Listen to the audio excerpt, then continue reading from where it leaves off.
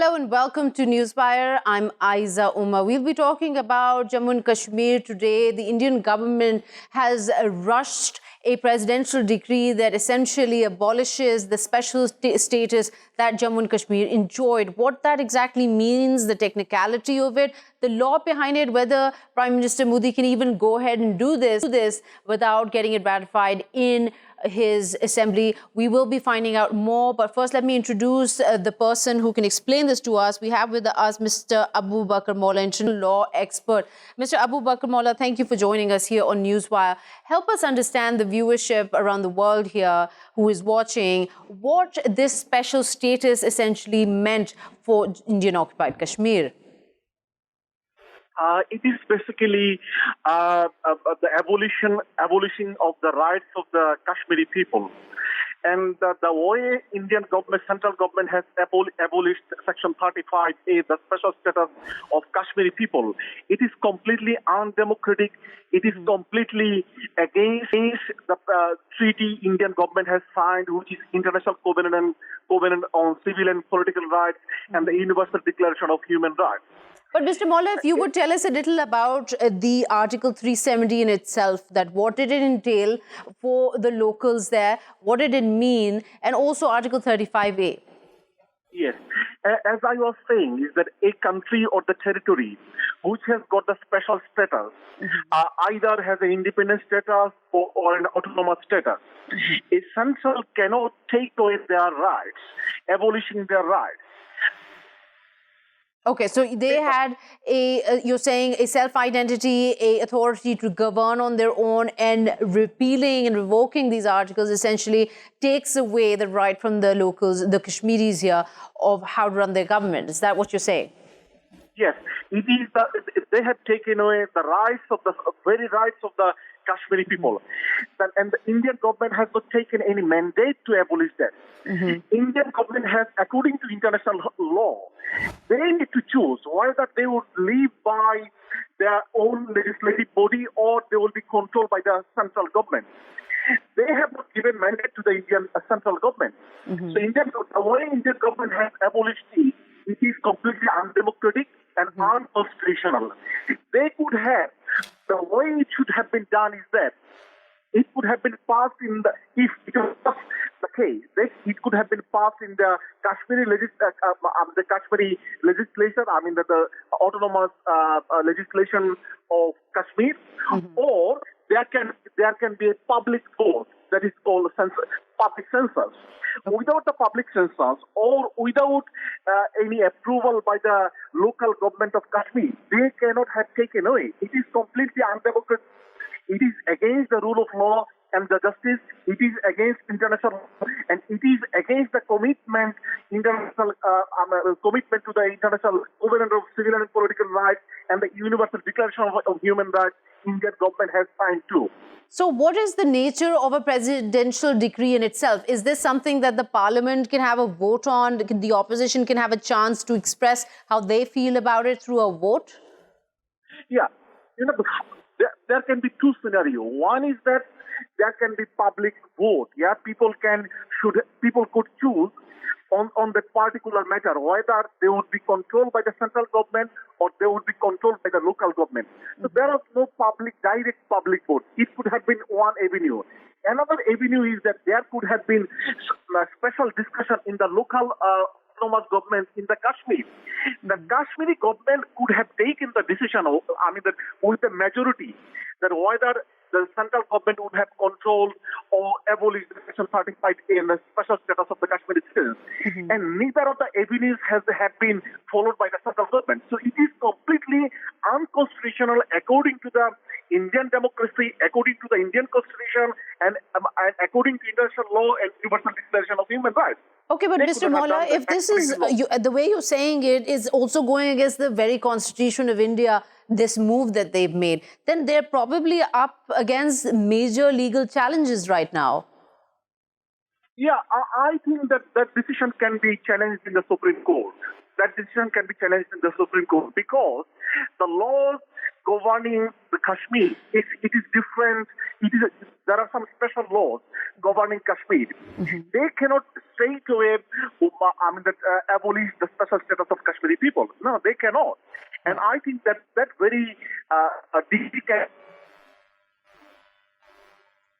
both to the international bodies as well, because these lives of Kashmiri people not only relevant to the international, it is relevant to the law as well. So both international law and the Indian law both can be Is there done also on this matter to resolve it. Is there also any kind of time frame in which this presidential decree will expire if it doesn't get the approval of both houses of the Indian government? Yeah, as I said, they have not gone through the proper procedure to pass this decree. And as I said, according to my knowledge on the law, these very decree can be challenged and successfully challenged in the Supreme Court. Okay. All right.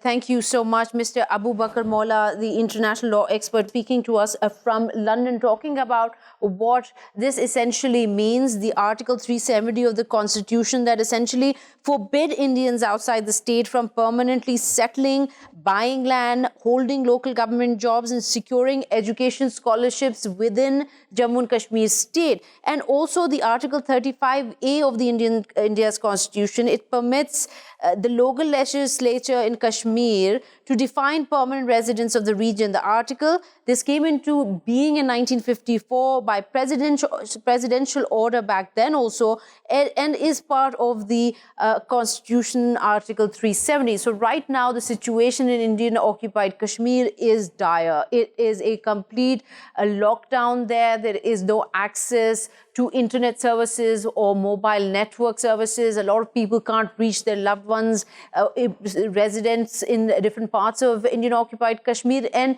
also not to forget to mention here, the number of paramilitary troops, Indian troops that have been moved in the past week alone within this region is of an appalling number, having created speculation and fear on what could be the reason of such a huge military buildup. We're here joined by Mr. Zamir Akram. Welcome to the show. Welcome to the Newswire. Mr. Akram, your insight into this development. There is a lot of controversy around whether this move even holds stay at a time that it is being challenged for its legal process and also being a violation to so many bilateral accords around between India and Pakistan over Kashmir itself. What is your reaction to it? Well, I think there's no doubt about it that this is a gross violation of all the international commitments and bilateral understandings between Pakistan and India or by India on the status of Jammu and Kashmir. It's also a violation of India's own constitutional provisions and guarantees that it has given to the Kashmiri people in terms of their autonomy, etc. But I think that there are two aspects that I find are very important at this stage. One, I think that Prime Minister Modi has basically made things worse for himself, because while he was being opposed by the Hurriyat Kashmiri, the freedom-loving Kashmiris, and not by those who were pro-Indian in their political leanings, now they are all on the same page, and he has made enemies of people who were India's allies in Kashmir in the past.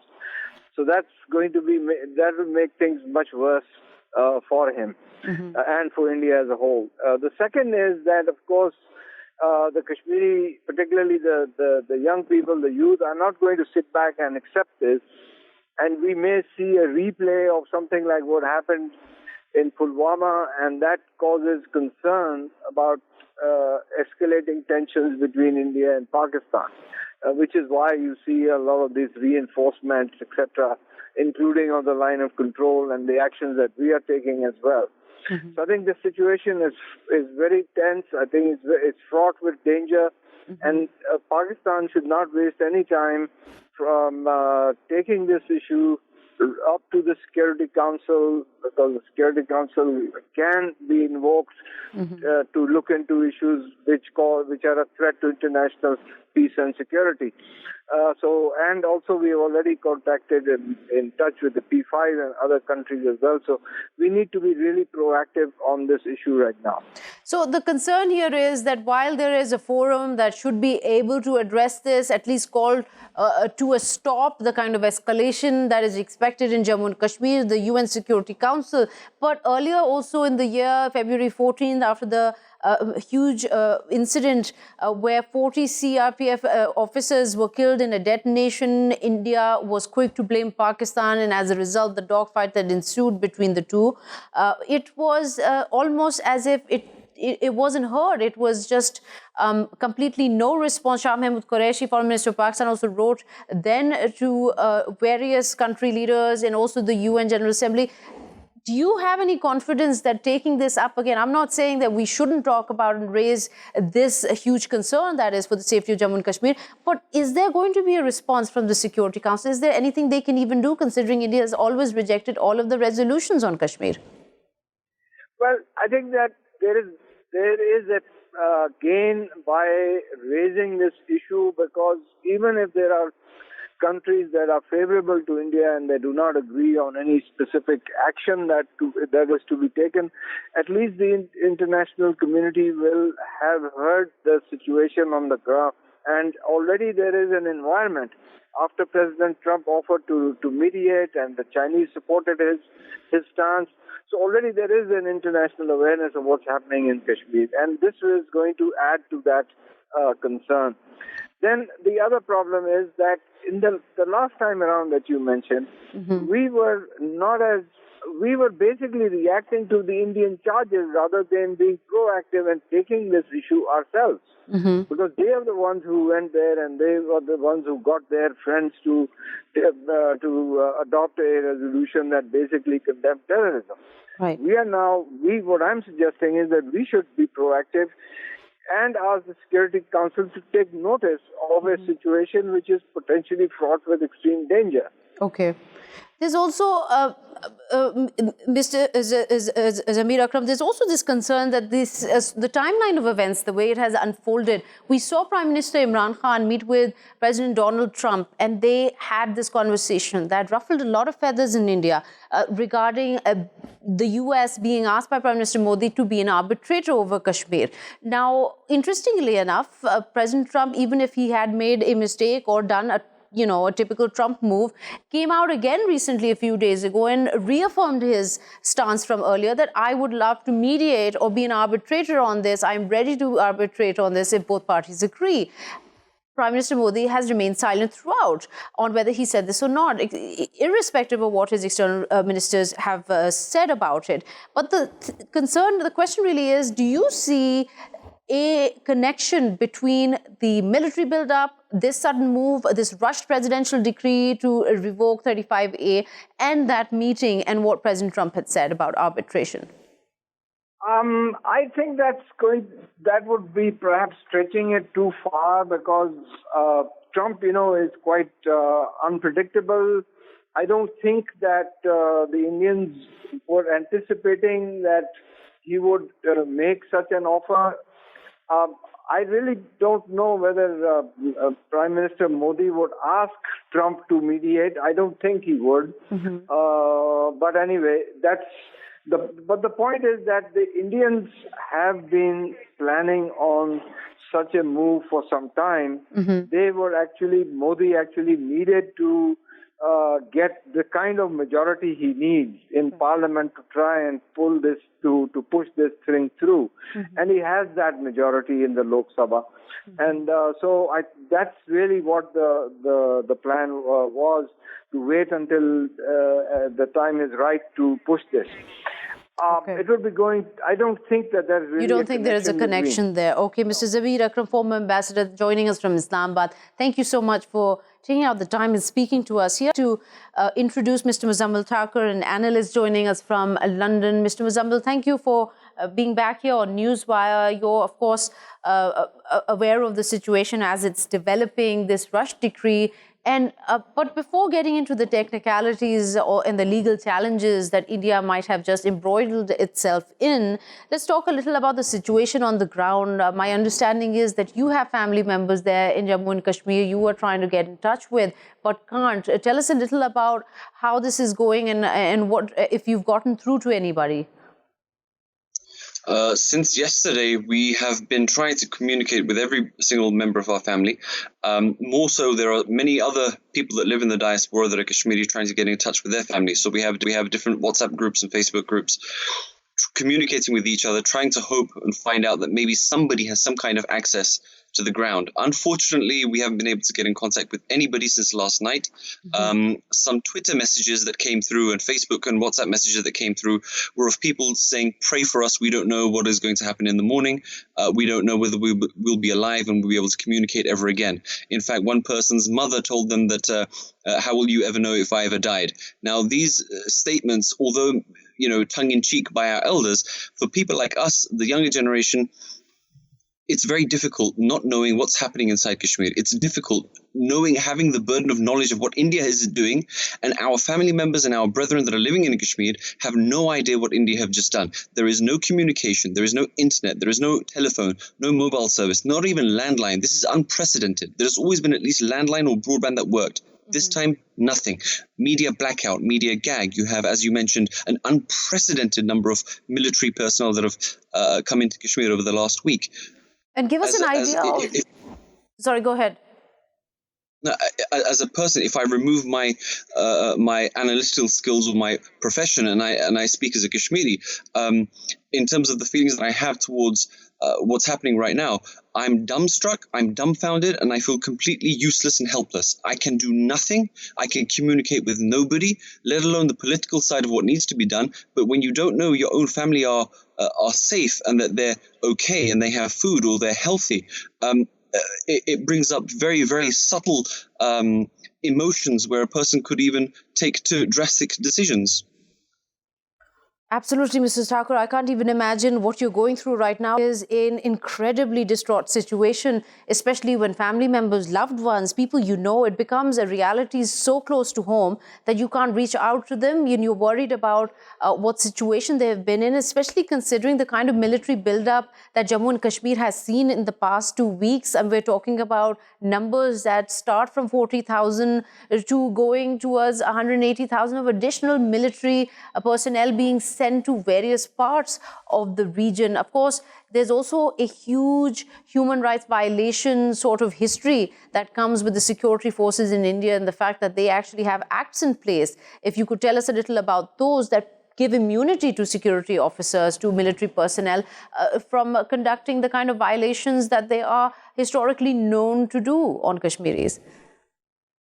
No, you're absolutely right. The occupied territory has been suffering by these occupational forces for the last 70 years. Let's break it down in terms of what they've actually done so far. We talk about rapes and gang rapes, and we know about the Public Safety Act. We know about the Armed Forces Special Powers Act. These are laws that give impunity to the armed forces when they commit war crimes, crimes against humanity, genocide, and even ethnic cleansing, as we're seeing today.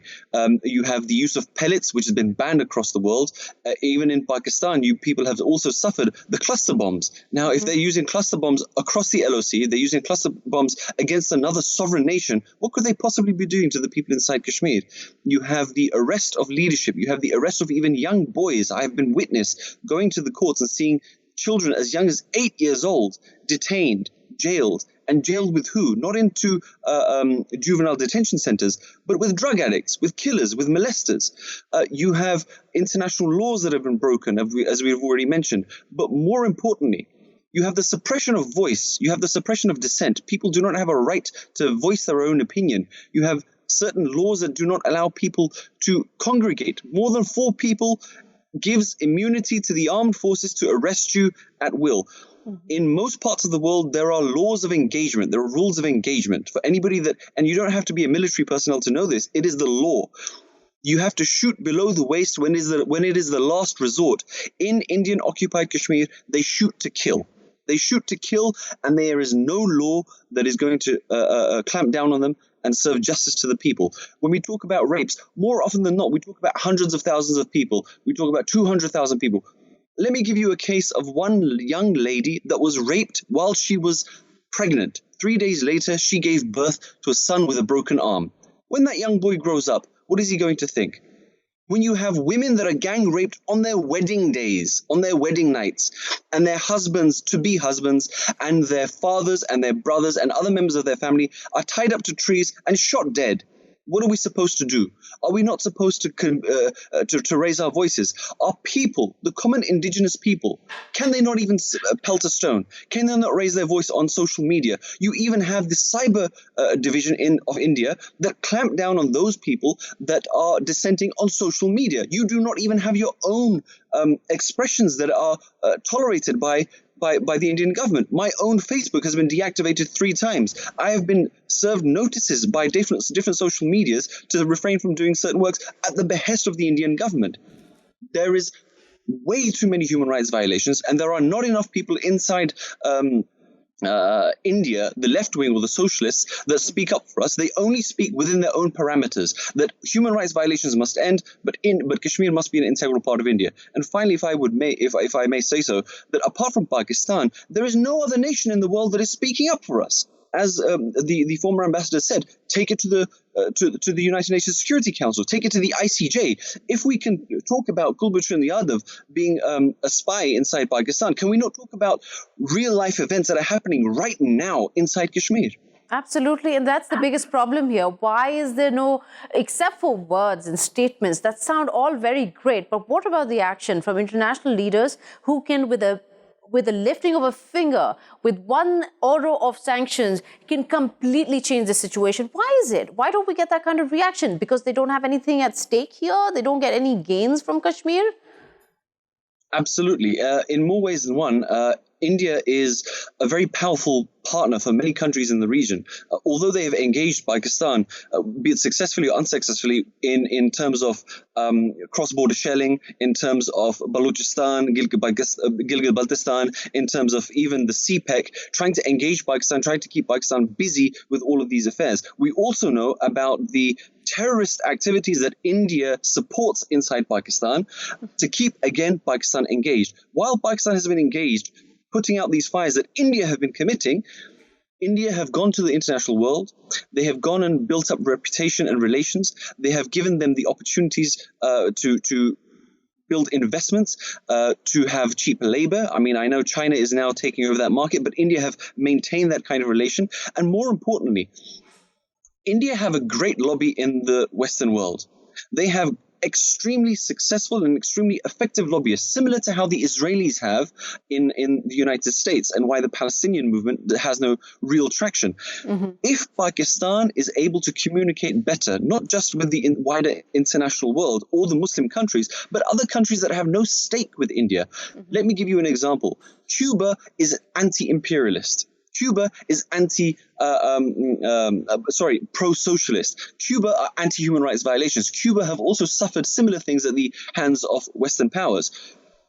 Ask Pakistan to engage other South American countries, to engage other countries that have no real relationship with India, to put more pressure inside the United Nations, to offer sanctions, irregardless of whether those sanctions or those votes or those tabled motions are vetoed. But at least it signifies that there is support across the wider world against the Indian atrocities inside Kashmir, but more importantly, support for Pakistan's role in Kashmir. Also, let's talk about the kind of Indian lobbying that happens and the kind of disinformation or the fake news that spreads. They're very strong when it comes to the Indian stance, the Indian government, their leadership. Of course, a lot of a significant presence on social media on saying that Kashmir, Jammu and Kashmir is the legal part of India. I mean, they take it for granted. They make it come across as if there is no dispute, which essentially throws all UN resolutions on Jammu and Kashmir out the window. And then at the second somebody talks about atrocities, the kind that you have spelled out for us, that have been going on for 70 years now, especially the past 3 decades, there is enough evidence out there. There's no way one can just look away and pretend this didn't happen. How is it that this is not getting communicated? How is it that it's not affecting those people? Is it the very lobby that is succeeding, or is it the fact that, again, like we mentioned earlier, there's a desensitization and there's nothing at stake here for anybody else? Wouldn't this be an amazing win for President Trump if he could resolve this? Wouldn't this give him a great push for winning his 2020 elections?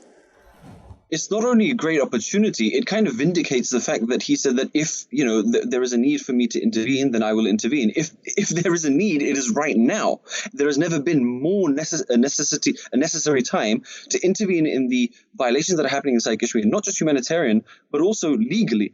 Although I do want to mention that although Article 370 has been scrapped, or they're proposing to scrap it, it's difficult to explain of the constitutional nature of what that means for us, because essentially it means that we no longer are part of the Union of India.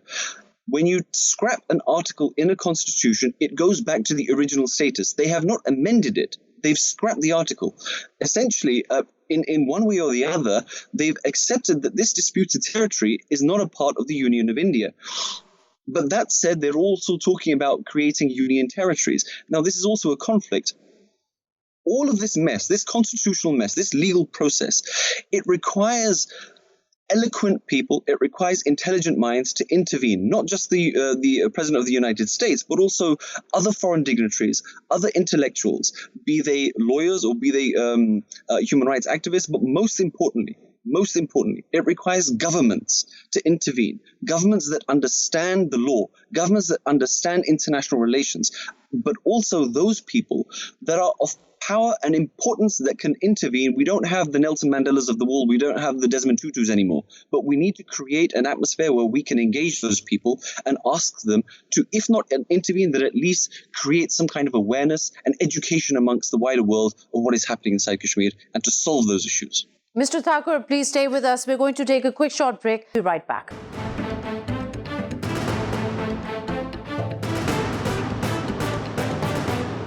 Welcome back. You're watching Newswire with me, Ayza Omar. On the table on discussion here is the presidential decree that essentially removes the special status of Indian occupied Kashmir. And this, as a result, has caused a huge uproar, not only from Pakistan, which has been across all political leaderships. There's been one stance and one stance alone, that we stand by and support the Kashmiris, and this is completely unconstitutional. It is also against what India has always been saying, that Kashmir is a bilateral issue. It will be resolved between India and Pakistan. This move in itself shows this is the most extreme unilateral move they have made since the Kashmir problem began 71 years ago. And for this, let me go to Mr. Hamid Khan, an analyst joining us from London. You've been speaking to us on this.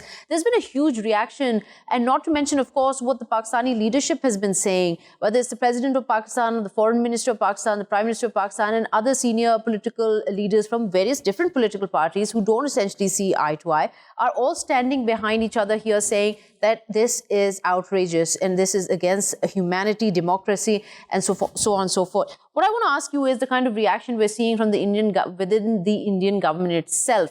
We're seeing statements coming in that this is a democracy beginning, the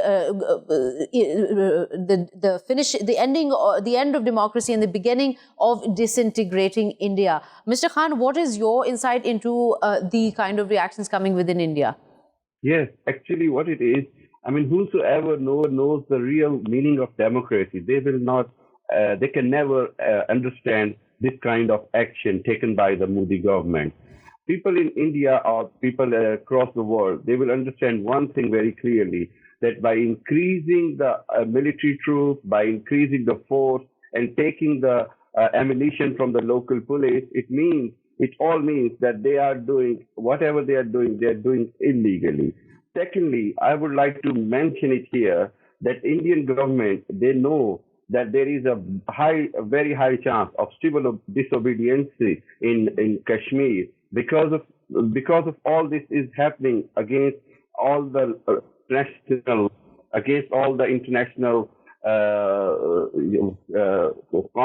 agreements, and it is not going to happen what Indian government is trying to do by force, by a presidential order. It is not possible for Indian government to take it that simply. It is not like Indian Punjab and they want to repeat the history of Golden Temple operation or anything like that in Kashmir.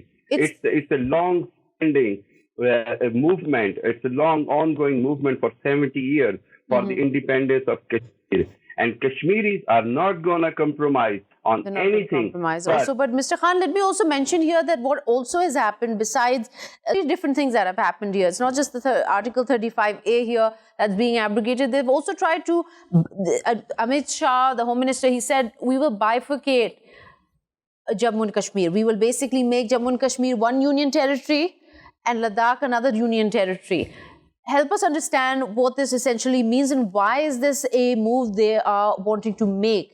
Exactly. What they're trying to do with this, to demolish the identity of Kashmir, the independence of Kashmir. They want to divide Kashmir into three parts. Ladakh separately, taking the other part into UP or some other province of India. It is not going to happen like that because it is against the resolutions of United Nations. It is against the laws. Even if we take it as a bilateral issue between India and Pakistan, there is no way that India can take any one-sided action against the people of Kashmir, against the wish of people of Kashmir. And if they think that they can divide the Kashmir or Kashmiris like that, they are living in cuckoo land, I should say. They are living in dreams. It's not going to happen. Right, Mr. Khan, but you point something out that leads me to my next one here. They're making a move that clearly, a lot of guests we've spoken to today, not only just on Newswire, but during our special transmissions, have said something specifically that this is a major blunder on the BJP's part, that they have gotten themselves into a quagmire, whether it's a legal challenge or it's a constitutional challenge. What would be the intention? They obviously knew that this is not going to work out, that this is not going to go with everyone sitting down. There's going to be huge repercussions. What was the intention? Is this a kind of form of distraction from a bigger issue that we are not paying attention to right now? Exactly. Since last two years, India has clearly understood that Kashmir is going out of their hands. The freedom movement of Kashmir is on its peak now. And Ayza, I would like to clearly say that this is the point when the whole Muslim world should stand behind the Kashmiris. And this is the time when Kashmiri movement is on its final stages now. And because India has realized and they are doing these hasty decisions, they are taking the hasty steps, but they are leading towards aggression. They are leading towards provocation to Pakistan. Pakistan is already fighting a war on the eastern border, on the western border with Afghanistan. And we are ready for any kind of consequences. But Pakistan will fence it out. But the question really is, that will the Muslim community get together? I mean, that it is yet to be seen. It is all nice and great to hear statements coming from various organizations, whether it's the Arab League or the OIC, but whether action can be taken, a cohesive action with all of them coming together, that still remains to be seen. And this is the point where it can come true. They can take something in their hands and make it happen. Here, I'd like to welcome Brigadier Imran Malik, an analyst joining us from Lahore. Thank you for coming on Newswire. There's a lot of speculation going on, Brigadier, over the intentions of the Modi government on try to pull off something like this. What do you think, what in your opinion is the reason behind them making such a move? Ayza, thank you very much for getting me on the program. I think Mr. Modi always intended to take this action, but somehow I think he has been pushed into it by President Trump's reiteration of his offer of mediation in the Kashmir issue. And in a state of panic, in a state of desperation, I think he has moved a bit too quickly and without proper preparations to sort of annex Jammu and Kashmir into the Indian Union. One would like to draw an analogy with the Israeli annexation of the Golan Heights. Although practically Israel is in possession of the Golan Heights, but does it have any legal acceptance in the international community? No, it doesn't. Similarly, India may assume that Jammu and Kashmir and Ladakh are part of the Indian Union. But then does it have any acceptance in the international community? Does it have any acceptance legally? That, I think, will be the major question. And that is one question which Mr. Modi and his government will have to answer very soon. And I agree with your other panelists that maybe Mr. Modi has acted in haste. Mm-hmm. He's probably bitten a bit too much, more than he can chew. And probably this will be also having an impact on the other states who have independent strains in them.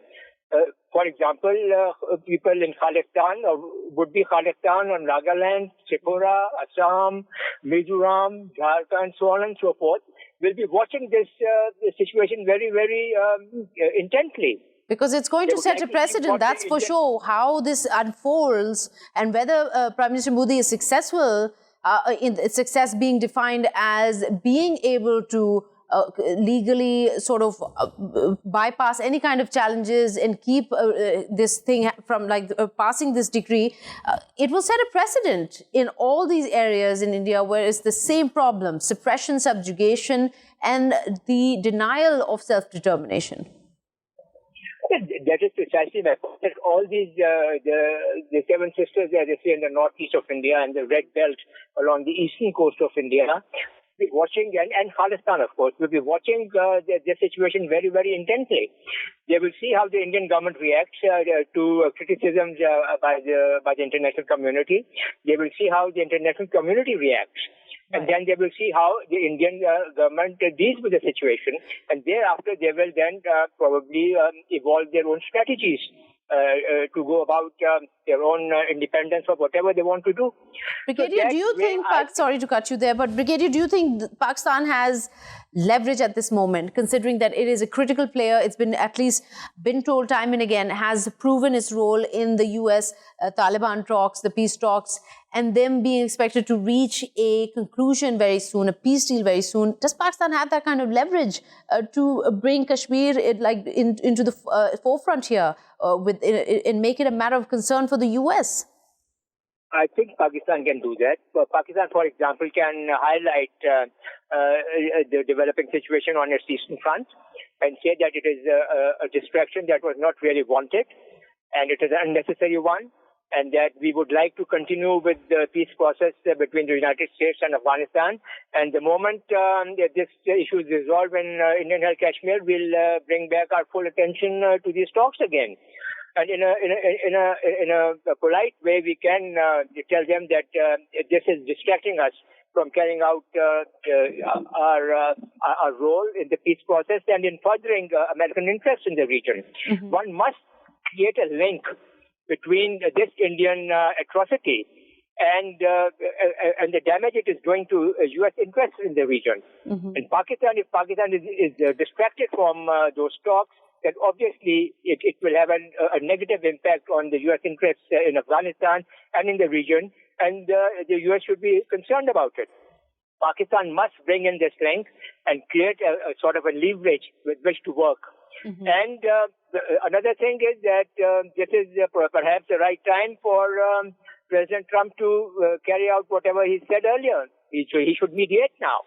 Okay. If the situation is going becoming so serious now, mm-hmm. and it could lead to any sort of a conflict on the line of control, right? Then obviously the need for President Trump to mediate becomes all that more dire. Right. Okay, Brigadier Imran Malik, thank you so much for insight there. Coming back to you, Mr. Muzzammil Thakur, you're joining us from London there. Thank you for staying on. Just talking about the situation politically, it is obviously going to take a big incentive for the US to get involved. That is very clear. And also whether the Muslim Ummah gets together and finally makes a move would be unprecedented, I would say, in a situation like Jammu and Kashmir. But the cost that people continue to pay, it's the Kashmiris that do. I mean, you just talking about earlier of how difficult it is to reach loved ones within a region that is known to be the most militarized zone. I mean, there are, 25 million Kashmiris there, and before this movement started, it had 700,000 troops, and now the numbers have soared. As much as 180,000 have been added. Let's talk about a little on how they engage, just to highlight the kind of issues, humanitarian issues that happen here. Let's talk about the kind of security forces and the way they engage with people in crowd control, the issue of pellet guns. Tell us a little about it from your point of view of how this unfolds. You know, when I was in Kashmir a couple of years back, after Burhan Wani was martyred, they started using the pellets indiscriminately. Now, the issue with those pellets was that it's not like a bullet where it goes and it hits and that's it. These pellets hit the body and they explode. They explode into small shards and they can hit the internal organs. So much so that in one of the hospitals, when I met one of the patients, the doctor told me that the pellets had been lodged in the patient's heart and they can't operate on it because he could die. He'd have to just survive as it is. Another patient was had pellets in their lower back and in their abdomen. That lady could no longer have children anymore. And another patient had some pellets in her lower back, extreme lower back, and the doctor said that, again, we can't operate. It's in such a place that either she'll die or she'll never walk again. It's one of those two options. Now, these are the kinds of things that India use regularly inside Kashmir. The other thing is that they have started to use human shields inside Kashmir, which means that they try to protect themselves from protesters by having a civilian sitting on their bonnet so that other people don't attack that. Now, that is a war crime in itself. That is a crime against humanity, and yet the world hasn't really spoken. We've heard about, small newspapers and large newspapers commenting about it, maybe on the 16th page in the lower left-hand corner, but it's never been front-page news. When Israel does it, there is some kind of noise about this, and more often than not, I give people the example that when in India being a rape capital of the world and nobody takes any notice. I mean, what is the dual policy on this? Why does that exist? Unfortunately, again, it comes back to the same thing: economics. It becomes interests. It becomes geopolitics. At one point in time, India and the US were very, very close. India had a lot of investments inside Afghanistan. India were very close to the Afghanistan government. America have realized that India's role in Afghanistan cannot be utilized because there is no Pakistan.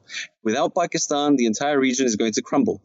And now, maybe as a show of force, or maybe trying to redirect and misdirect, India have economic problems in most recent times. Before this incident, the newspapers were about to launch a scathing attack on the Modi government about the economic situation of India. This is also going to change that. Donald Trump being ready to intervene, this is going to change that as well. It could be detrimental to India that Donald Trump, being a volatile person, would take it upon himself to say that, how dare you think that I won't intervene? I'm going to do it anyway. You never know. Considering how badly Pulwama, the fallout from that went, I mean, that was a PR nightmare for India. Not only were they losing aircrafts, they were being seen as the bully, not just across to Pakistan and its allies, but across the world. I mean, what are they thinking? How does this benefit them? If it's also to just distract from a failing economy, surely they could have thought of something better than something this huge. In fact, it was the president of Azad Jammu and Kashmir also mentioned something similar to what I had said previously, was that the Pulwama episode must have been a false flag operation, something that India had done themselves. And the reason being was to launch an offensive against Pakistan. This way, I think that maybe India are trying to push the nerve of Pakistan, trying to push certain quarters to react. We've heard more than enough times from Indian senior officials saying that they prefer, especially the military, they prefer people to pick up the weapons because it gives them an easier opportunity to kill those people. Now, this is going to push people to the wall. They're already pushed to the wall, but this is going to create a huge amount of panic and a huge reaction. Okay. And I just hope that it doesn't fall into India's hands. All right. Thank you so much, Mr. Muzzammil Thakur. They're joining us in London, giving us great insight into the situation in Kashmir and also giving us an insight into how people are unable to communicate with their loved ones as this security situation escalates. We are trying to get hold of reporters on the ground there, and as we get the updates, we will be conveying them to you. But from Newswire, we've run out of time. That's all the time we have for today. We'll see you tomorrow. Till then, goodbye.